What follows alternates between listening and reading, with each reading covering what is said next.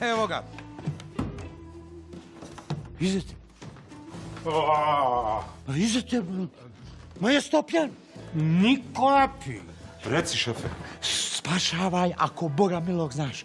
Slušaj, idi po mentora i sjedaj tamo za Burekov sto. Ti si snimatelj, on je tonac. Šta kaže Lukvaš? Kaže da mi sad moramo nastupiti. Šta moramo kupiti? Dobar dan. Dobar dan, drago mi vas je vidjet. Mislim čut. A to si ti, jeli? Oprosti, imam neki poslovni sastanak pa ćemo poslije razgovarati. A ne, i mi smo tu zbog poslovnog sastanka. Ja sam snimatelj u ekipi, a ovo je moj kolega mentor, on je tonac. Šta si ti? Kufe je snimatelj, a ja sam tonac! Dobro je, Bane, deri se ako si ti gluh, nismo mi gluhi. Ko je glup?